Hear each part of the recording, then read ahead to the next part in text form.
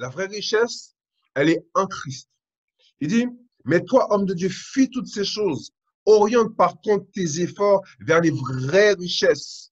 Poursuis la droiture, l'attachement à Dieu, la foi, la fidélité, l'amour, la constance, la patience, la douceur, l'humilité, la bonté. Poursuis ces choses.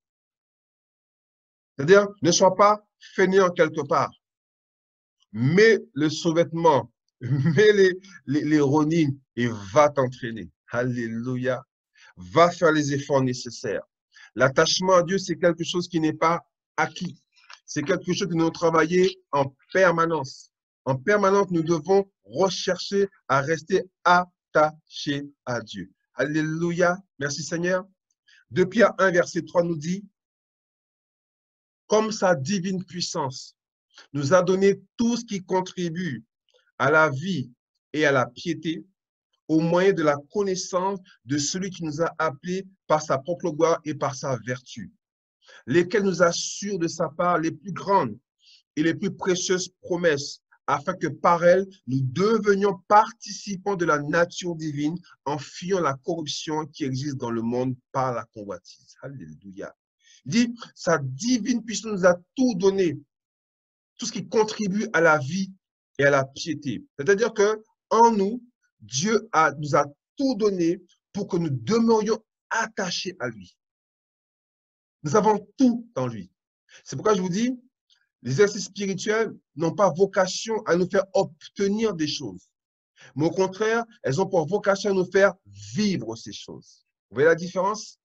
Le message de la grâce, c'est que nous n'avons aucun effort à fournir pour obtenir quoi que ce soit. Tout est déjà accompli. Les efforts que nous devons fournir, c'est pour vivre ces choses.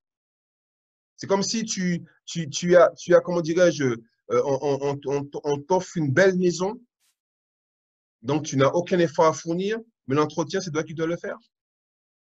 Chaque jour, tu dois entretenir sa maison. Pourquoi? Pour garder et la faire fructifier, la faire prendre de la valeur. Nous, c'est pareil. Nous avons tout reçu en Christ. Il n'y a rien que nous recevions de plus. Quand quelqu'un te dit qu'il va te donner quelque chose de la part du Seigneur, comme ça, tu dis non, non, non, non. J'ai déjà tout reçu en Christ. Par contre, Dieu va utiliser des hommes et des femmes pour nous aider à faire que ces choses puissent se manifester à travers nos vies. Oui, c'est vrai ça. Alléluia. Mais il dit, sa divine puissance nous a tout donné, contribuer à la vie et à la piété. Au moyen de quoi? De la connaissance de ce qui nous a appelés, de sa propre gloire et à sa propre vertu. C'est-à-dire que la connaissance de Christ va nous permettre de vivre pleinement l'attachement à Dieu. Donc, il y a des efforts que nous devons fournir pour acquérir cette connaissance et pour la garder et la faire fructifier. Et maintenant, exerce-toi à la piété. Il y a des choses que nous devons apprendre à faire. Notre programme doit tourner autour de notre attachement à Dieu. Tout ce que nous faisons doit nous permettre de demeurer attachés à Dieu. Il dit, lesquels nous assurent de sa part les plus grandes et les plus précieuses promesses, afin que par elles, donc ces promesses, vous deveniez participants de la nature. Ce que je dis, la nature divine, nous l'avons déjà. Elle est en nous. Mais maintenant, la Bible dit que nous devons participer à cette nature divine. Donc, il y a des choses que le Seigneur nous a déjà données, et je dirais, tout nous a été donné, mais ce n'est pas parce que nous avons tout en Christ que nous pouvons participer à toutes ces choses, ou du moins que toutes ces choses puissent se manifester à travers nos vies. Et c'est ce que nous devons voir tous ensemble. Comment faire pour que ces choses que Dieu nous a déjà données puissent se manifester dans notre vie? Alléluia, c'est très important ça, très très important. Alléluia. Tout à l'heure, on a vu que la Bible demande à Timothée de s'appliquer, etc. J'aimerais revenir là-dessus pour mettre l'accent sur certains mots. Quand il dit de s'appliquer, il dit qu'on doit être attentif. Ça veut dire écouter activement. Ça veut dire s'attacher à, prendre soin, prendre garde à soi-même, faire attention à soi. Donc, quand il dit applique-toi à ces choses, c'est-à-dire que tu dois faire attention. Je dois faire attention à ce que j'écoute. Je dois faire attention à ce que je fais. Je dois faire attention à tout ce qui a un rapport avec ce que Dieu m'a donné. Il dit on doit être soigneux Quand on dit s'occuper, ça doit être soigneux, s'occuper soigneusement. Lorsque je prends le temps pour prier, je dois le faire soigneusement. Je dois le faire avec attention. Je dois prendre soin de cela. Lorsque je médite la parole de Dieu, je dois le faire avec attention, avec précaution, pour ne pas croire, pour ne pas accepter des pensées qui ne viennent pas du Seigneur et puis nous amener à agir d'une manière contraire. Donc, je dois me disposer. Lorsque je médite, je dois prendre le temps pour recevoir de la part du Seigneur. Il y a des choses que toutes ces choses-là, je dois prendre le temps de le faire. Mais aussi, je dois persévérer. Je dois insister. Insister pourquoi? Pour que ces choses puissent sortir, puisque ces choses puissent se manifester. Souvent, nous nous décourageons parce qu'on n'a pas compris que pour que certaines choses se manifestent, il faut du temps. Il faut de la persévérance. Il faut de l'insistance. Il faut du soutien extérieur. Il faut des encouragements. Des fois, il faut même être recadré. Ça peut arriver par moment. On a besoin de recevoir des directives précises. Et Dieu, par sa grâce, a permis à certaines personnes de pouvoir nous aider. Alléluia, c'est très important. En ce moment, moi, je suis coaché justement pour apprendre à comment faire avec exactitude l'œuvre du ministère. Alléluia. Le tout, ce n'est pas de faire pour faire. On doit apprendre. Mais dans la vie en Christ, c'est pareil. Les choses ne se font pas comme ça. Il y a des choses qu'on doit apprendre. Regardez ce que Jésus lui-même disait dans Luc 6, verset 40. Il dit, le disciple n'est pas plus que le maître, mais tout disciple accompli sera comme son maître. Tout disciple accompli sera comme son maître. Il dit, un disciple ne surpasse jamais son maître, mais lorsque sa formation sera achevée, il lui sera en tout point semblable. Donc, un enfant de Dieu doit être formé en permanence. Il dit, aucun élève n'est supérieur à son maître, mais tout élève complètement instruit sera comme son maître. Et on a vu dans les semaines précédentes que non seulement Dieu a prévu que nous quelquefois soyons identiques, mais il va au-delà de ça. Il veut qu'on soit identifié à Christ, donc exactement tel qu'il est. Et donc, il dit que nous devons être formés, nous devons être instruits, nous devons être disciplinés, nous devons être entraînés pour être comme notre maître, pour être comme Christ qui est en nous. Vous comprenez ça, bien-aimés? On est obligé de se retrousser les manches, de se voir. Qui sait, peut-être que Dieu va permettre qu'on puisse créer un autre moyen pour qu'on puisse faire des choses de manière beaucoup plus concrète. Le mot accompli veut dire perfectionner, rendre capable. Donc, les choses sont en nous, mais il faut que cela devienne, que Dieu nous rende capable de vivre ces choses. Faire de quelqu'un ce qu'il doit être, c'est ça. Dieu veut que nous puissions être exactement ce qu'il a voulu que nous puissions être. Excusez-moi. Alléluia. Faire que quelqu'un soit exactement ce que Dieu veut qu'il soit. Amen. Dans 2 Timothée 2, verset 4.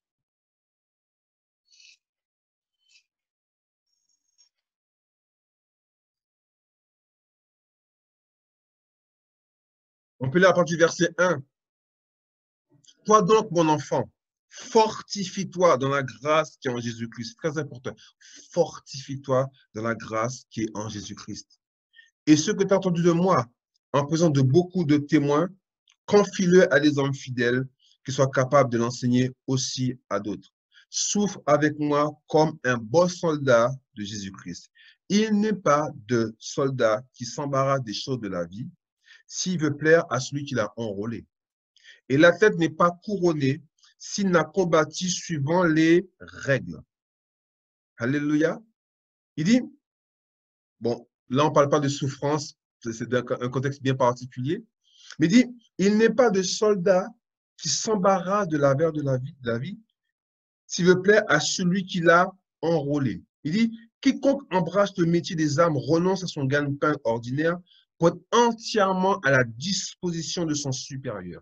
Nous voulons nous être totalement à la disposition de Dieu. Nous voulons être totalement, que le Saint-Esprit puisse totalement se manifester à travers nous librement. Nous voulons être totalement disposés et disponibles pour qu'à travers nous, le Seigneur accomplisse sa volonté.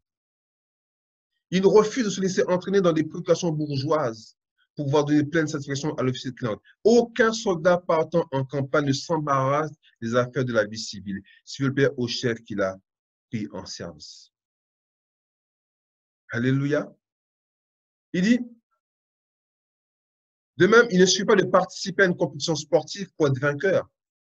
Jamais on n'a vu un athlète gagner la coupe ou la couronne sans avoir respecté toutes les règles du jeu. Un athlète qui participe à une compétition ne peut gagner le prix que s'il lutte selon les règles. Donc, il y a des règles. Il y a des règles qu'on doit, pas des dogmes, hein, mais des règles. Il y a des choses que nous devons connaître, nous devons savoir pour que ce que Dieu a prévu en nous puisse se manifester. Jésus nous a montré l'exemple. Dans sa vie, il a des choses qu'il a faites d'un moment bien précis. Il y a des sollicitations qu'il a refusées. Ses frères disent, viens, il faut qu'on puisse aller prêcher à tel endroit. Il a dit non, il doit aller ailleurs. Il est sorti pour faire des choses bien précises. Le matin, lorsqu'il se levait, il savait exactement ce qu'il devait faire. Sa vie était ordonnée, sa vie était disciplinée. Rien ne lui était arrivé par hasard. Il avait dit que l'élève n'est pas plus grand que le maître, mais tout élève accompli sera comme son maître. Ça veut dire que si Christ nous a montré l'exemple, nous devons faire exactement les mêmes choses. Alléluia. Je sais que des fois, ce n'est pas évident d'entendre ces choses, mais on n'a pas le choix. Si nous voulons vivre pleinement la vie que Christ a mis en nous, il y a des choses que nous devons faire. On a parlé notamment de la prière, on a parlé notamment de la méditation, notamment du jeûne, notamment, il y a d'autres choses qu'on verra par la suite. Il y a des choses que Dieu a prévues pour nous. Et ces choses, nous devons les vivre. Alléluia. Maintenant, regardez dans 1 Timothée 4. Là, on l'a vu.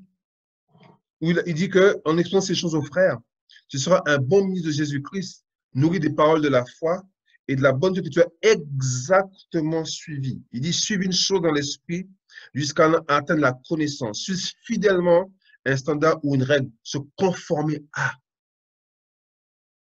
Et on peut voir cette même idée dans Acte 10, verset 26, où c'est Paul qui a donné une mission à Aquilas et Priscille. On peut lire dans Acte 18, verset 26, s'il vous plaît. Alléluia. À partir du verset 24. Un juif nommé Apollos, originaire d'Alexandrie, homme éloquent et versé dans les Écritures, vint à Éphèse. Il était instruit dans la voie du Seigneur et fervent d'esprit. Il annonçait et enseignait avec exactitude ce qui concerne Jésus, bien qu'il ne connût que le baptême de Jean. Il se mit à parler librement dans la synagogue. Aquilas et Priscille l'ayant entendu, le prirent avec eux. Ils lui exposèrent plus exactement la voie de Dieu. Cet homme connaissait des choses parce qu'il annonçait avec exactitude ce qui concerne Jésus. Mais là, Aquilas et Priscille sont venus pour lui exposer plus exactement la voie de Dieu. C'est-à-dire que, bien aimé, à un moment donné, nous devons être comme des orfèvres, des personnes qui travaillent les matières précieuses. On doit être vigilant, on doit être attentionné, on doit être disposé et disponible. Il y a des choses que le Seigneur veut nous enseigner, à nous en tant qu'enfants de Dieu. Il y a des choses que le Seigneur veut que nous puissions savoir, des choses que le Seigneur veut que nous puissions vivre. Mais ces choses, on ne pourra pas les vivre si nous ne faisons pas attention à notre vie spirituelle. On peut reprendre le passage pour finir.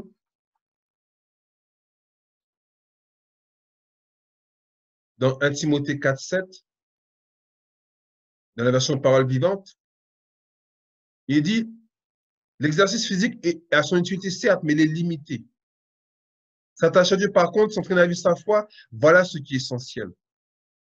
Cela te sera utile en toutes circonstances. En effet, l'attachement à Dieu détient à la fois les promesses pour la vie présente et pour la vie future. Alléluia.